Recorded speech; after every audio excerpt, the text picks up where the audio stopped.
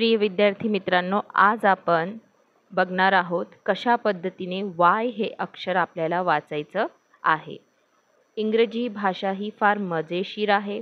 तिला शिकत असताना आपल्याला फार वेगवेगळे नियम अनुभवायचे असतात। तर आज आपण वाय या अक्षराबद्दल जाणून घेणार आहोत।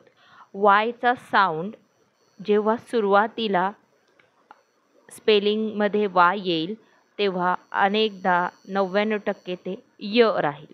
य बघूया कशा पद्धतीने। Yak, yet, young, youth, yellow, yesterday अशा पद्धतीने हे वायचं साऊंड राहील जेव्हा आपण वाय अक्षराच्या स्पेलिंग्स वाचणार आहोत तेव्हा।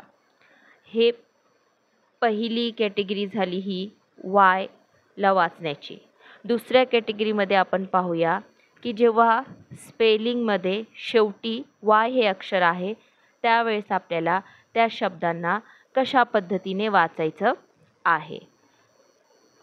पे, से, मे, डे, प्रे, ले, एस्से, ट्रे, प्ले, रे, दे।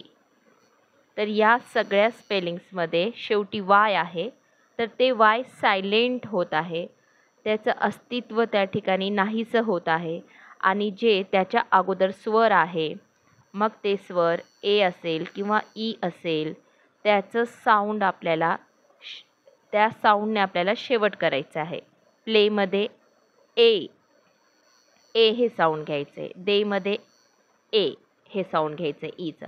तर अशा पद्धतीने हे शब्द असे वाचले जाणार आहे। सराव करावा लागेल, वारंवार सराव केला तर आपल्या लक्षात राहतं। याच्यामध्ये फक्त आणि फक्त सरावाचा मुद्दा आहे।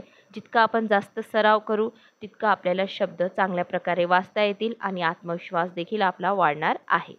आता तिसऱ्या प्रकारमध्ये आपल्याला जर का स्पेलिंगमध्ये शेवटी वाय आहे त्यावेळेस त्या वायचा आवाज आपल्याला आय सारखा काढायचा आहे। आय सारखा, आय, आय, आय। आता मराठीमध्ये सांगायचं झालं तर हे आय अशा पद्धतीने हा आवाज येईल। I, I. तर वाय साऊंड्स आय हे शॉर्ट वॉवेल आहे आय। मग वाय मध्ये आपण असं समजूया की एक प्रकारचा स्वरचा आवाज येतो आहे वाय या अक्षराचा, म्हणून अनेकदा वायला सेमी वॉवेल देखील म्हणतात। तर बघूया या ठिकाणी cry, try, my, fly, fry, die, dry, why, butterfly, by, shy.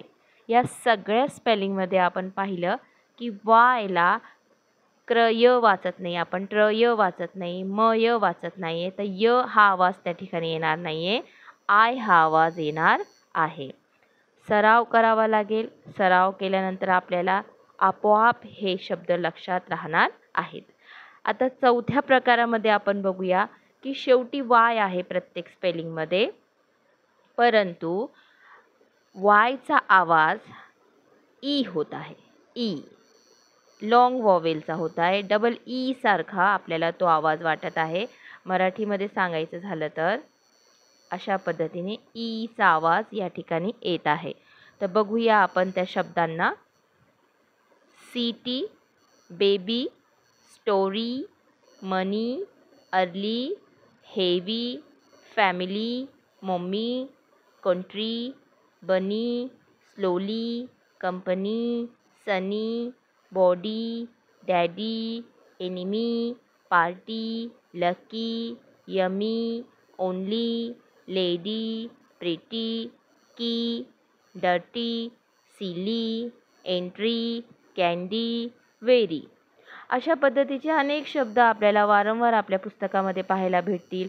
आपण जिथे जिथे इंग्रजी वाचू त्या ठिकाणी आपल्याला या शब्दांना पाहावं लागणार आहे।